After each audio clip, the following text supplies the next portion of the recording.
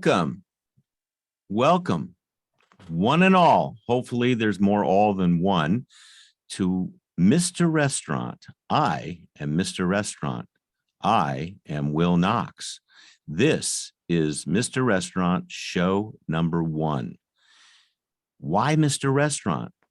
Well, I asked that question for many, many years, and I was wondering, me being in the restaurant real estate and concept development business, shouldn't there be a show on the air, maybe a podcast, a radio show, maybe a live show along the lines of the old Charlie Rose interview program, where we would really sit down and talk with those who are involved in the business of restaurants, not necessarily the cuisine, but those people who are really behind the scenes and sometimes in front, who really make the restaurant business go.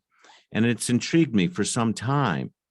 So finally, I was asked by Jeremiah Higgins of the Jeremiah Show to come on board and be his restaurant correspondent. So what are we going to call this show? I thought to myself. Well, my son, my inimitable young son, who's 26 years old and pretty sharp, said, why don't you call yourself Mr. Restaurant, Dad, since that's what a lot of people call you. So I thought to myself, that's pretty good. And my wife, Wendy, who's a marketing guru, said, that's a great name. Let's go with that. So we're going to have fun with Mr. Restaurant, hopefully, and we're going to interview people who are coming from all walks of life in the restaurant business. And we're going to start out today with the true Mr. Restaurant, Bob Spivak. Bob Spivak is a legend in Southern California restaurants. And actually, he's gone nationwide. But better that Bob tell you the story than I do. So Bob, welcome to the first show of Mr. Restaurant, and welcome Bob Spivak, the true Mr. Restaurant. Welcome, Bob. Hi, Will. Thank you so much. I'm excited and honored to be your first guest. So let's get started. Well, let's get started and let's really tell the audience a little bit about how you started out in the business, and then we can just take it from there and kind of just jam a little bit. Well, that's a long story. I don't know. We've got time. Okay. Well, I'll cut you loose. It goes back 70 years. My father had a restaurant in Sherman Oaks, suburb of Los Angeles, called Smokey Joe's. And it was about 5 blocks from my grammar school. And so every day after school, I would walk over to Smokey Joe's. And my job was to fold napkins and peel carrots. I did this for a couple of years and finally went to my father one day and said, I've been doing these napkins and carrots for a long time. I'd like to do something a little bit more adult and a little bit more necessary. I told him I'd like to become the dishwasher. And he was a little bit afraid to have his 10-year-old son work around all the equipment in the kitchen. So they drew a line on the wall in the kitchen, said when I grew to that height, I could become the dishwasher. So I don't know how many kids you know that aspired to become a dishwasher, but I've definitely. I did it for about a day. Yeah, well, I did it. I was so proud. When you work for your father, you do one of two things. You either don't work very hard because you can't get replaced, or you work twice as hard as anybody else to prove that you got the job because you deserved it and not because you were the owner's son. And I guess you can figure out which one I was. So I continued washing dishes until I was about 14, when I put on a coat and tie and became a host in the restaurant. And when I was 16, my father bought me a green 1952 Oldsmobile. And my job was to drive about 20 miles downtown to where he had a commissary and pick up the barbecue and bring it back to the restaurants.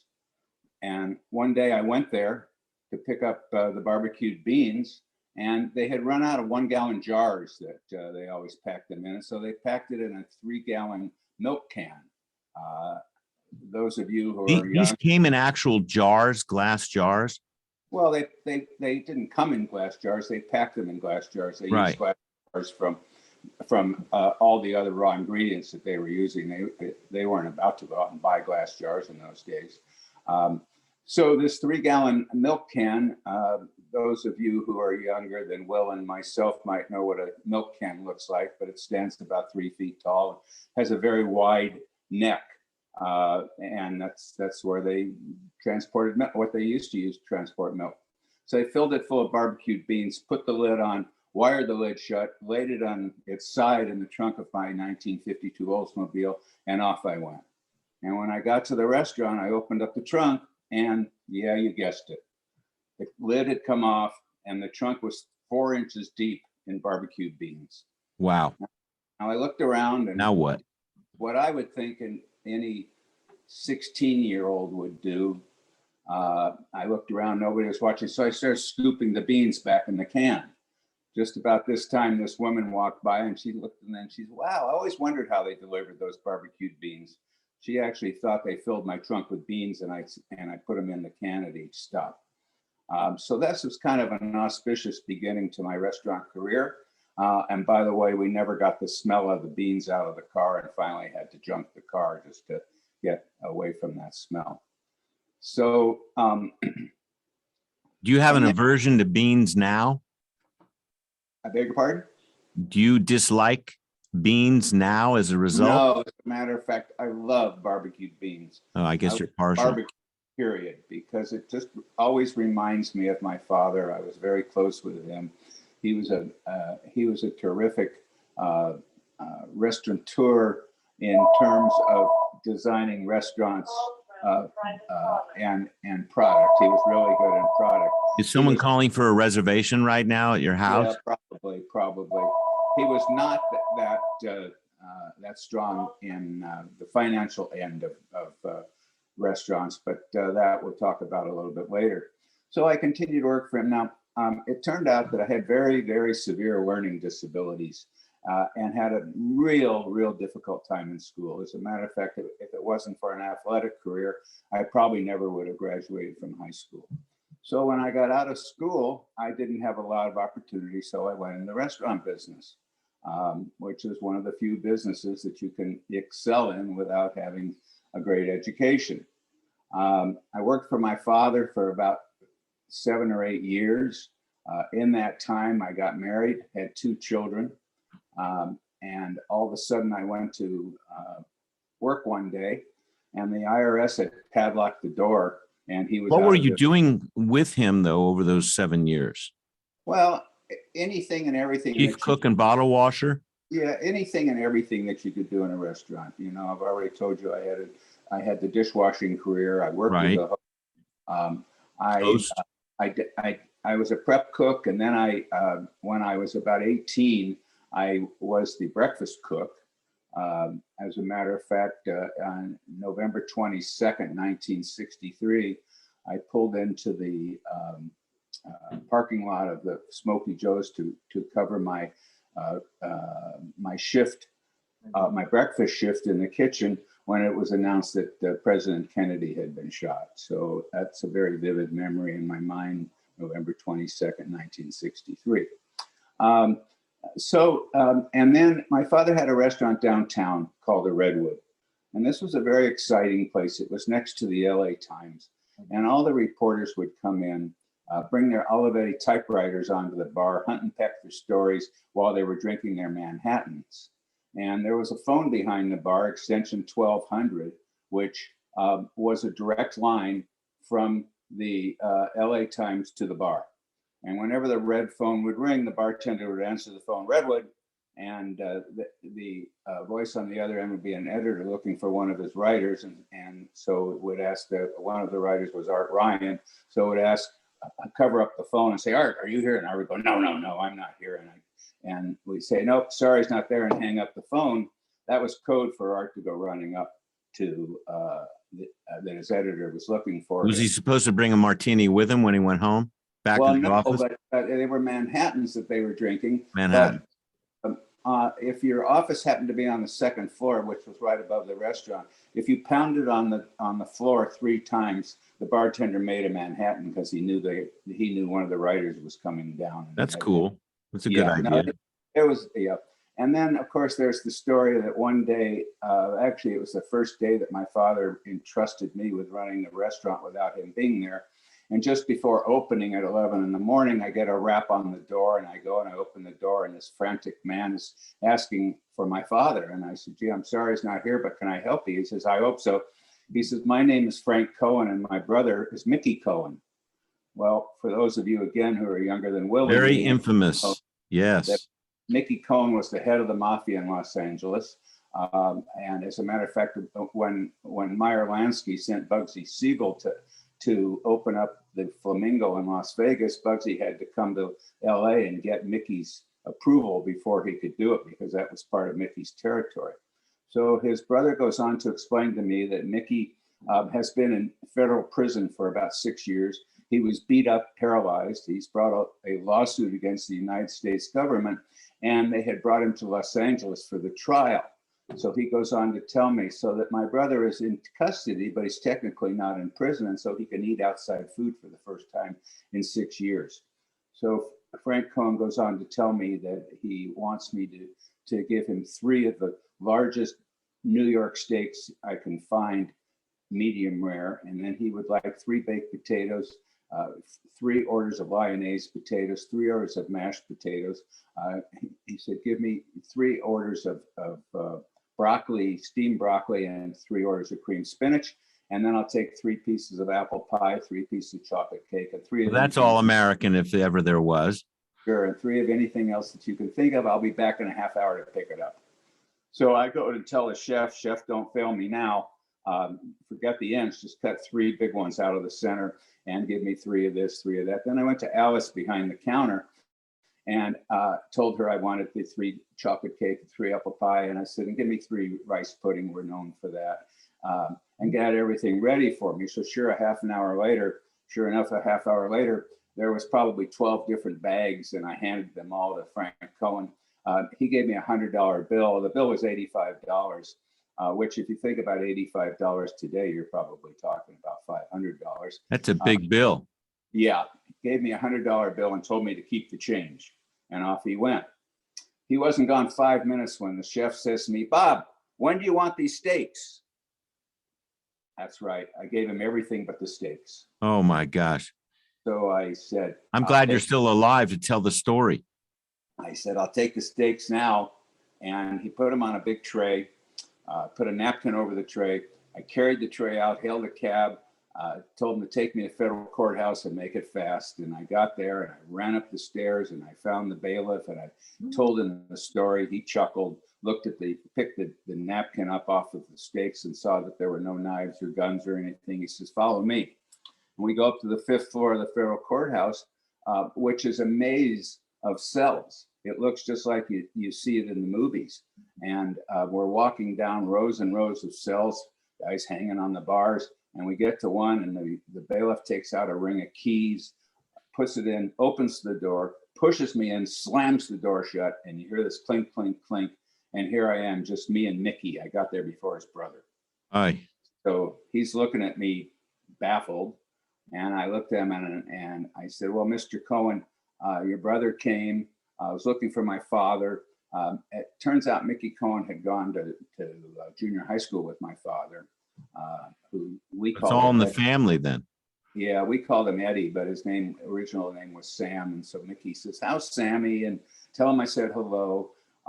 And so and he was so pleasant that I said to him, well, I have to tell you, Mr. Cohen, when the chef said, when do you want these steaks? My whole life flashed before me, and all I could think of was getting them to you. So here I am. And just about that time, his brother and his lawyer, who was Jack Dahlstrom, came in, and they looked at me like, what in the hell are you doing here?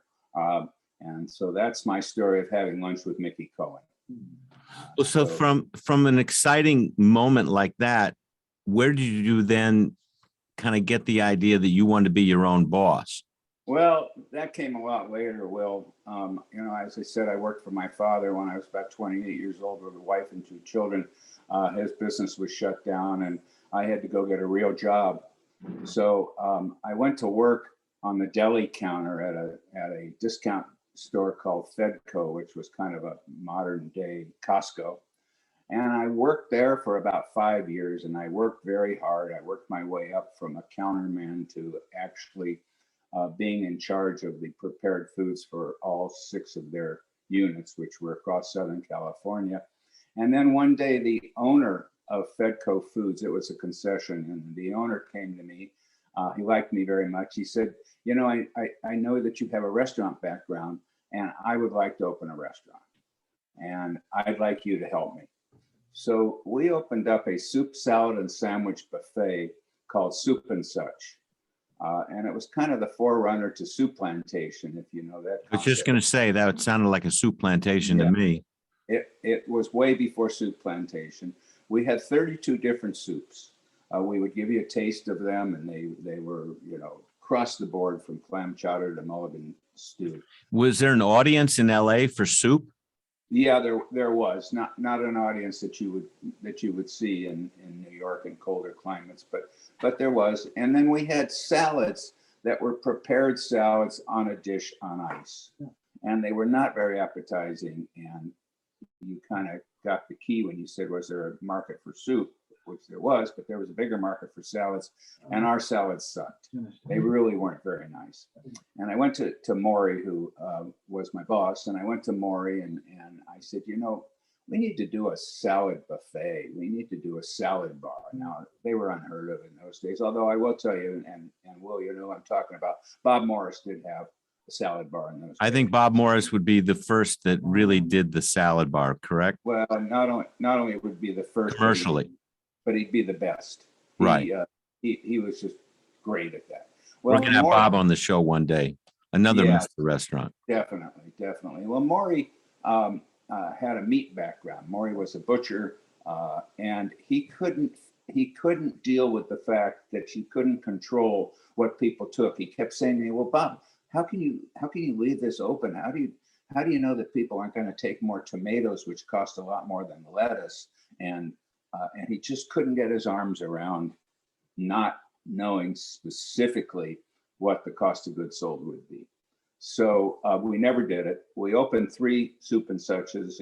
You mean, so this was kind of a slipshod, you know, let's just go for it. And nobody really had any controls at that time and really weren't paying attention to cost of goods being X% of the overall. No. Was there attention paid to that exact number? Yeah, actually quite the opposite. And this was the reason that Maury wouldn't go for a salad bar, because he couldn't contain the cost. I see. He could have an approximate cost, but he didn't know how many people were going to take more of the expensive items on it and less of the less expensive. And so cost of goods sold and food costs in those days, all we talked about. That was all we talked about in terms of bottom line, was keeping the food costs down. Labor was very inexpensive. And this was a buffet, so it was even less expensive. So no, it was all based, and it was a good concept, but it failed. We opened 3. The first one was in Beverly Hills, where Crustacean is today. Actually, that was a bank, and we turned it into a restaurant. And then Crustacean came along many years later, and then one in Westwood on Weyburn. Across from what was then Bullock's Westwood, and the third one, which was the Lemon of All, which was on Wilshire, just east of La Brea. Well, you would have thought that would have worked very well over in that area. We're going to actually talk a little bit more about this, but I'm getting the high sign that in a couple of minutes we're going to fade out and go to commercial. What do you think, Dr. D? Is that happening now? I know. Oh, I guess we can continue talking, Bob. Let's hear a little bit more, and then I'll get the high sign and we'll go to commercial. So after opening that third one, I could see that we weren't going anywhere. I was working 6.5 days a week, probably 14 hours a day. With 2 children and a wife. With 2 children and a wife, and I wasn't making an awful lot of money. I was making It's a good formula for a marriage. I was making a living wage, but that was it. And the marriage was getting more and more difficult by the minute. And so I finally went to Maury and I said, you know, I just don't think we're going anywhere. I got an offer from a guy who built our 3rd restaurant, a contractor who built our 3rd restaurant. And he thought that I represented a legitimate business businessman, and that I could help him get into restaurants and build restaurants. And so he offered me a job, and I went to Maury and I said, you know, I think I'm going to take it. It's a 9 to 5 kind of a job, and it's more money and whatever. And Maury agreed, and so so I left and I worked for the office construction company. And I was a fish out of water. I didn't know a nail from a screw, and I just wasn't for me. So I had a year contract, and it was a lot of money. I was making pretty good money then. Year contract, I could see that it wasn't going past that, and so the year came up, the job disintegrated, and I now was basically out of work again. And so I had a cousin, actually a cousin of my mother's, contemporary of my mother's, who had a 500-acre ranch in Santa Barbara growing organic vegetables. And he again looked at me like a substantial businessman that could give him some credibility. And This was an organic ranch. An organic vegetable. It was ahead of its time. Well, yeah, it was. Although you remember Madam, oh, I don't remember her name. I'll think of it in a second. Ooh, Madam Wong. No, she had a healthy market. Mrs. Gooch. She was around. Oh, Mrs. Gooch, yes. Yeah. She was the forerunner to Whole Foods. Yeah, exactly. Way forerunner. It's on Sentinel. The property, it was on Sentinel in Culver City. Anyway, I worked there for a year. Again, I was a fish out of water. The ranch was in Santa Barbara. Yeah, but you were gaining a lot of information that you would later use for yourself. Oh, absolutely. And particularly, I consider Maury Gettleman, who was my boss at Fedco, I consider him to be my mentor. Certainly my father was a mentor to me, but he was a father mentor. And Maury really taught me that pennies turned into nickels and nickels turned into dimes. Well, we're going to address that in one actual break time moment, because Richard, our inimitable engineer, has given me the high sign. Rich, are we out now? Not yet. Not yet? You need to say, we'll be back. Oh, I need to say we'll be back in just a few short moments to the Mr. Restaurant Show with Bob Spivak. Bob's our guest today in our maiden voyage, and we're going to continue talking with Bob about the rest of his life and how he's been influenced by others to create his own great concept called the Grill on the Alley, the Daily Grill, Public School, amongst others. So we'll be right back with Bob in just a moment.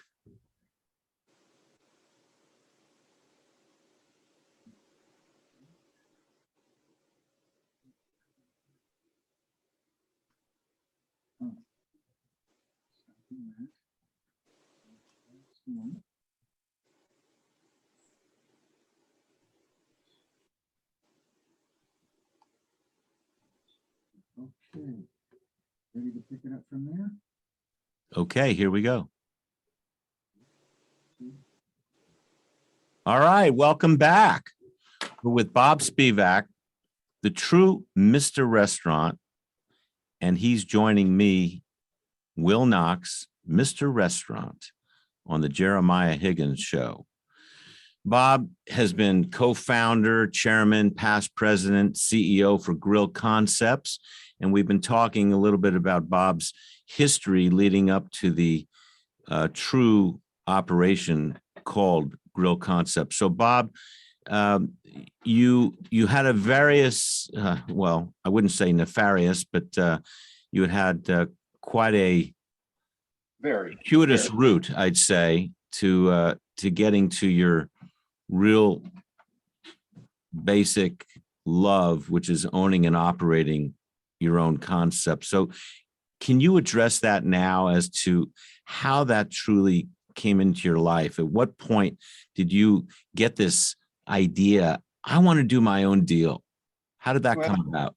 Let me just say that you know, we left off at organic vegetables, and Right. there was one job for another year, which was selling solar pool heaters, and I was kicking around and not getting anywhere, and but I had coached my son's Little League team. And on that team, there were two fathers, Mike Weinstock and Richard Shapiro. And they both were always questioning me about restaurants, and they were very interested in restaurants. Did they have background? They had both been quite successful in various businesses having nothing to do with restaurants. Mike Weinstock was in the family home security business, and Richard Shapiro was the first budget rent-a-car franchisee. So they had both made money, but they were kind of frustrated that they didn't have careers that they were, let's say, proud of other than the money they made, and they were enamored with restaurants. So, by the way, on that same team, Little League team that I coached at my son's was Eric Garcetti, who, as you all know, is mayor of Los Angeles right now, headed for India. Soon to be Ambassador Garcetti. Exactly. So I decided to get together with these two gentlemen, Richard and Mike, and talk about maybe they could support me in the restaurant business. Did you have a concept in mind? Well, I'll tell you in 1 second. We met at a restaurant at Sepulveda and Church Lane, and I described the concept that I thought was timely. And that is a very, very high-end American grill, much like the Tadich Grill in San Francisco and Musso and Frank's in Hollywood, with a New York style bar. And this was— Now, hold on a second. New York style bar. What does that mean? Just a very straightforward, old-time cash register, nothing on the back bar except bottles and glasses, bottles and glasses. That's what I preached, bottles and glasses. And you know, bartenders that were a little salty, but well-liked, but everything being very traditional. The bartenders wore white jackets and would wear white jackets. And Really old school. I described this whole thing to them. And this was during a time of great pretense in the restaurant business in Los Angeles. Well, the business was just, is this in the early 80s? Yeah, 1982. Right at the renaissance of the restaurant business in Los Angeles. Well, yes, but it was very pretentious. Michael's in Santa Monica had, you know, you couldn't ask for the dressing on the side when the chef wouldn't come out and say, you'll eat this dish the way I make it, or you'll go somewhere else. Michael's had, and Michael's a very fine restaurant, still open today. Michael's had made an art form out of. You're talking about California cuisine and originated by Michael's. How pretty the restaurant. place, be, Right. How pretty the place could be, how small the portions were, and how large the prices. And Right. Then there was a Small restaurant. carrot can I eat? There was a restaurant in West Hollywood named Mom Maison. Mom Maison was so pretentious they had their own unlisted phone number. You couldn't call, you couldn't get that number even if you wanted to unless you knew somebody. So I described the New York bar, the American grill, and totally non-pretentious in a very high visibility area where the answer is yes, what is the question? And the guest is always right. And they loved the idea. So by the end of the meeting, they were very, very excited about the possibility of doing this. Now, taking a step back, by the third job, the solar pool heaters, my wife and I had agreed to disagree, and we were separated on our way to divorce. I didn't have enough money for my own apartment, so I was living at my father's. During this time when I was describing this restaurant to Mike and Dick, I was living at my father's. What little money I was making all went to keep my family going. And now I described this restaurant. We shook hands on a deal that the three of us would be responsible for developing the concept. I would be responsible for finding the location, setting it up, opening the restaurant, running the restaurant, and they would be responsible for raising the money to do it.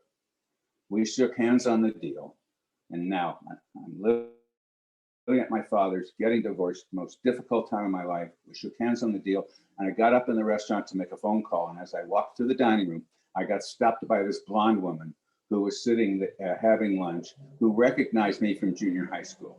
I hadn't seen her in 21 years. Sounds like danger to me. And somehow she remembered me, and she stopped me. She said, "Aren't you Bobby Spivak?" And I looked at her. I knew exactly who she was. I said, "You're Leslie Martin." And she says, "Well, I was." And after lunch, I sat down with her and her girlfriend. We talked for about an hour. I made an excuse to get her phone number. I called her, and that woman is my wife today. So on the day when I made the deal of my life, shaking hands on what became the grill on the alley in Beverly Hills, I also met the love of my life. Well, that is a real turning point, and I'm told by Dr. D that I got to go off for a second and do a commercial. We'll be right back with Bob Spivak and Mr. Restaurant. Stay tuned.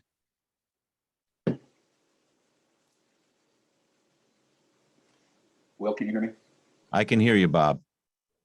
You tell me, it's a 11:15. Where you want to go from here? I will talk about the grill Bob, next. we've got about 15 more minutes with you on the air. So we're going to get into talking a lot more about your life and the restaurant, particularly the creation of the grill concepts business, which you started talking about. You left off with your engagement, not only in the business, but your engagement with your current wife, Leslie, who's been quite involved in your business decision-making, as all good wives are. I know my wife is extremely integral to my decision-making. And of course, you started now in a very entrepreneurial situation with 2 kids. You're divorced. You've now taken up with a lovely past love who you subsequently are engaged to, or are you married to her at this point? What's going on personally? This is the very beginning, and she was not a lost love. So you're launching a restaurant and a marriage. Well, I'm launching a restaurant and a relationship. Aha. We had just started our relationship. We were not past lovers. We hardly knew each other, but somehow she remembered me. So January 31st, 1984, we'll move right along here. The Grill on the Alley opened its doors. The Grill on the Alley, now, for those who don't know, was probably the coolest place in all of Los Angeles, right off Rodeo Drive. You'd step down 3 or 4 steps, and you're in this remarkable haven that was just a power lunch and dinner spot, correct? Well, it turned out to be. That wasn't exactly. That wasn't your original vision? Well, my original vision was to have a good restaurant, but to become a power restaurant in the movie industry was not something that I aspired to at all. As a matter of fact, I didn't know one star from the other. I'm the guy that called Robert Mitchum Mr. Douglas when he walked through the door. Oh, that went over well. Yeah, really. I didn't know the difference between one and the other. But you were the counterpoint to Ma Maison, which was this delicate French restaurant that had this little known chef, Wolfgang Puck, and you were the opposite side of that coin, right? That is correct. That is correct. We always said that the answer is yes. What is the question? The guest is always right, even when they're wrong. We're just there to please the guest. I will take a detour here and tell you that I found the space. You mentioned that it was 3 steps down off of an alley. I found the space. The space actually had a front door on Wilshire Boulevard. But both my partners and myself felt that if we could somehow turn it around and open it from the door on the alley, that would give it a cachet that we were looking for. Was it built out? It was a sushi bar. Ah. It had originally been Bentley's Chop House, if you remember it from driving down. And how much was this capitalized for? $750,000. $750,000, which today would be over $3-4 million to build it out. Today it would cost $3.5 to $4 million to build. Unbelievable. Yeah. So this is 1984 now. I found it's 1982 when I found the location. We opened January 31st, 1984. But I'll tell you the story about the back entrance because the door opened into an alley. I went to the city to get a building permit, and the city turned me down. Said that you cannot use that door for a public entrance because it opens into an alley. Well, I had kicked around a lot by this time. I told you the story, and this was, I felt my big chance, and I felt it was necessary. So I went to the building department. I pulled the plot maps out and found out that there was 3/4 of an inch of frontage on Dayton Way before the building went down the alley. So I went to the hardware store and I bought a domestic mailbox. I came back and the store next door to me was 9562 Dayton Way. So I made up the address of 9560 Dayton Way, painted it on the mailbox, hung it on the 3/5 of an inch wall, went to the post office, mailed myself a letter. In those days, they canceled the stamp with a Hand stamp. they couldn't reuse it. So I took the letter with the address 9560 Dayton Way with the cancel step into the building department and got a building permit immediately. So that's how the grill became the grill on the alley. So we'll fast forward a little bit. Will, you said it, the grill became just extremely well known, extremely exciting restaurant. In 1993, it was inducted into the nation's Restaurant News Fine Dining Hall of Fame. We had notoriety that just went on and on. Had you done the Daily Grill? Well, so about 1989, 5 years later, I decided that I wanted to do something more. And so I went to my partners and I had the idea of building a downscale version of the grill, a more popularly priced version of the grill, with the same principles that the answer is yes, what is the question, where the guest is always right, but much more austere. The build out was more austere. The menu, where at the grill we served prime steaks, at the Daily Grill we served high-end Angus choice steaks. And there were scales of economy all the way along the line. Well, I grew up in San Francisco, and it reminded me of my favorite restaurant, which was called Joe's. And that's what I thought it was very reminiscent of. It made me feel very much at home. It was reminiscent of Joe's, although much more modern. Right. So it was just to have a popularly priced grill. By that time, we were extremely well known from the grill. And so when we opened the doors, there was a line down the stairs and down the block to get in. It was really, it was unbelievable mania of people that wanted to come to this restaurant. And this is 1989. It's 1980. I think it was 1988, actually. Got it.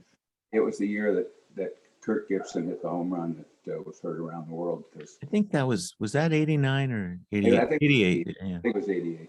Yeah. Because that happened while I was working at the Daily Grill. So being a baseball fan, I never got to see that. I was at that game.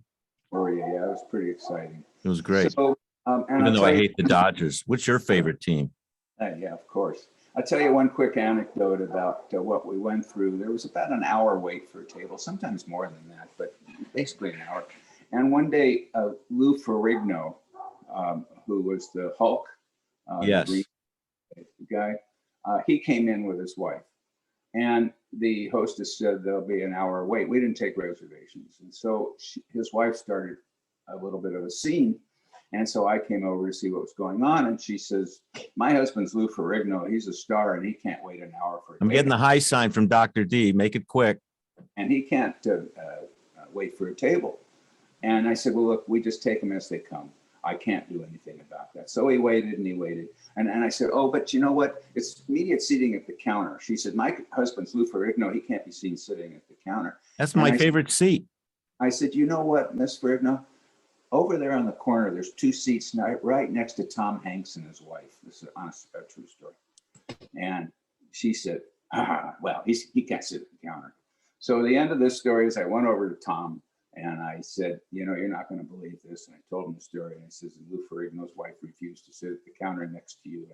And Tom says, yeah, but Lou, he's a big star. So that was my Daily Grill story. All right, we're going to cut out on that now. Is that right, Dr. D? Do you want me to go out? And we're going to take a break, and we're going to come right back with Bob Spivak and continue. There's a few more questions I want to ask Bob. So on we go. You're listening to Mr. Restaurant. We'll take the remaining time to talk about, you know, the expansion of the Daily Grill. Correct. Grill and opening a public school. You want to close the show? Okay, Bob, when I get on this last segment, which will be how many more minutes do you figure, Dr. D? You got 10 minutes. We got 10 more minutes, Bob. So I'll cue you a little bit when we're winding down. Okay. But we're going to talk about the ascent and descent of grill concepts and some other things that you would suggest people do with their lives if they want to enter the restaurant business. And we'll talk a little bit about public school. Ready? We're ready to go. All right, here we go. Here we go. 1, 2.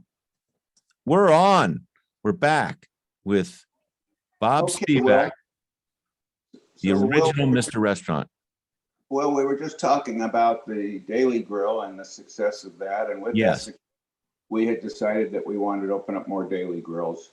So we opened the second one at Los Angeles and Beverly, right across the street from where my father had a restaurant, actually. How ironic was that? Pardon me? How ironic was that? Yeah, it was great. It gave me a great feeling to know that my father had passed away by then, but you know, he was a wonderful man, and he left me something greater than any money that he didn't have, and that was that there was never a time when my father wasn't proud of me, and I carried that with me all through my life. So we opened up the second one at Los Angeles Beverly, the third one in Newport Beach, fourth one in Encino, the fifth one in Studio City, and the sixth Daily Grill in Palm Desert. So by this time we have 6 Daily Grills and only one grill on the alley. Only one grill in the alley at this time.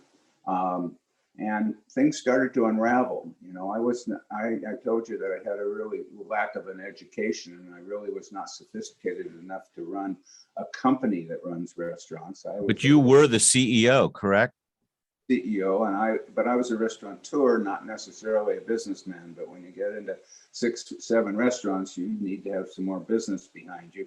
And that's when I hired Chuck Frank, who was an accountant CPA who had made a lot of money with another restaurant chain that he was partners in, and I hired him. He's from Northern California. He's from Northern California. He would fly down here twice a month to spend a day with me, and he really taught me how to run a restaurant company, a company that runs restaurants, not these specific restaurants. And so with that, I was able to grow the company. The 7th Daily Grill was in Irvine, California, and then the big move. We went cross country and we opened the 8th Daily Grill in Washington, D.C. Wait a second. Why'd you go so far and leapfrog from L.A. to Washington, D.C.? Was there something really romantic and sexy about that? Well, that's a big leap. Well, Washington, D.C. was romantic for me, but the real reason was that you know, we were looking to either go public, raise a lot of money, or possibly sell the concept ultimately. And we needed to prove that it wasn't just a Southern California concept. Washington, D.C. has the demographics that were very similar to Los Angeles. It has a lot of residential areas that have a lot of commerce as well, so that you know, lunch business for restaurants comes from office buildings. Dinner business and restaurants come from residential. And in LA, you certainly have residential and office all mixed together, like in Brentwood. But operationally, putting the team together and flying across country, was that daunting? Yes and no. For me, there was no difference between a 5-hour flight to Washington, D.C. and a 1-hour flight to San Francisco, when you had to get on a plane, when you had to, you know. So the fact that it was Washington, D.C. wasn't daunting at all. And also, we had a very valued general manager, Bill Shriver, who was from Baltimore and knew the D.C. area. And we moved him back there, and he ran that division. And that actually, truth be known, the Washington, D.C. Daily Grill was the highest volume Daily Grill in the company at that time. So then, Bob, tell me what happened. You went public shortly thereafter with only one grill on the alley and 7 public, not public schools, but Daily Grills. Daily Grills, sorry. There was one more grill on the alley. Lou Wolf, a very high net worth individual, owned the Fairmont Hotel in San Jose, and he made us an offer that we couldn't refuse. I didn't want to do any more of the grills. I felt it was one of a kind restaurant, but it was just an offer we couldn't refuse. And so we opened the grill on the alley at the Fairmont Hotel in San Jose, which also was a big success. So then raising money, the restaurant business is very, very, very capital intensive, and it's very difficult. You can't. It's really difficult to get bank loans because there's just not a lot of equity. You being in the real estate end of restaurants understand that better than most, but there's just not a lot of collateral that you can put up that a bank would be interested It's all private money that goes into it. It's very risky, very highly leveraged. We did a reverse merger. We merged with a very small public company. We were the successor of it, survivor of it. And all of a sudden, I found myself as the president, CEO of a public restaurant company. And we grew. We ended up with 23 daily grills across the country, and 7 grill in the alleys across the country. And the grill in the alleys stretched from Los Angeles to San Jose to Chicago and Florida, South Florida. And then, if you remember Sarbanes-Oxley, which was a government program that Congressional put a program. lot of restraints on small public companies, and it really got to be too expensive to be a public company. And so we found somebody to take it private. And that's really where you departed. Much later, but yes, Which of course we have to do in about a minute, I'm told. So unfortunately, I sold most. drag. I'm just getting into it with you. Yeah, I sold most of my stock to the gentleman who took it private, although I still was a substantial equity holder. And I retired. I was 63 years old. Well, I hate that word retirement. So now what are you doing with your life? Oh, it's just wonderful. It's just wonderful. Are you advising, consulting? I advise. I don't love consulting, but I advise. I work with a couple of charities. I'm really busy, but I'm really busy doing exactly what I like doing, and I have a wonderful life. Well, I think you've earned it because now you're married to Leslie, your childhood sweetheart. We've been together 40 years, and my final words to you, will be that I'm proud of my story, coming from learning disabilities and barely graduated from high school to be able to have the career I had. And I don't take it lightly, and nowhere else but the restaurant business could somebody with the lack of education do as I was able to. Well, I will also say that you have to have a passion for the business to succeed. And you certainly demonstrate that. You've been at it, not because of necessity, but because you truly loved it. And anybody who starts the way you did and then ends up the way you did has a lot to be very, very not only grateful for, but proud of. So what would you suggest to a young person today who wants to own and operate? You know, everybody's out there. I got an idea for a restaurant with no walls and no lights and X, Y, and Z and no food.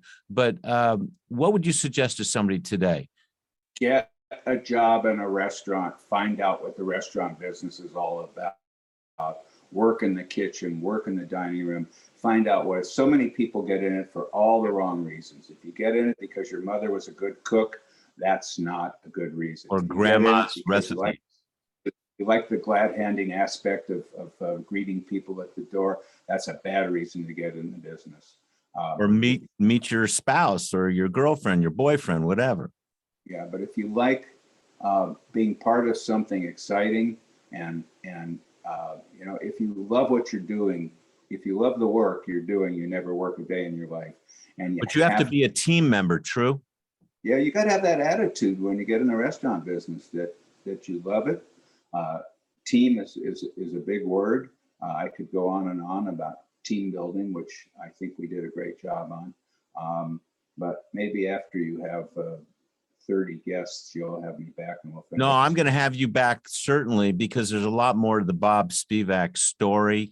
And you are truly Mr. Restaurant. And I'm very, very touched that you are my first guest on this maiden voyage that we call Mr. Restaurant. So thank you very much, Richard. Are we good? you want to stay with Mr. Spivak for a couple more seconds, or are we wrapping it up? Well, I guess that's the finale. So I'd love to have a dessert with you one time where we could really kind of finish up and have a little bit more, because there's more to the story about Grill Concepts and how it went so flying high, and then it languished, and today there's not as many as we would like to have. And certainly you have a great concept you created called Public School that originated in LA, and that's a gastropub, and it seemed to be a younger version for the younger generation of those who really would embrace great kind of bar food. So I'd love to talk about Public School and more about Bob Spivak at a later time, but I'm very, very touched that I've got the true Mr. Restaurant, Bob Spivak, on my show, Mr. Restaurant. This is Will Knox saying goodbye for now. I'll see you on the 19th hole or in the purpleness of my grotto someday. But welcome to my show, and hopefully there will be many more. And Bob, again, many, many thanks for being here. Thanks, Will. Appreciate Bye-bye. it very much. Bye. Bye-bye.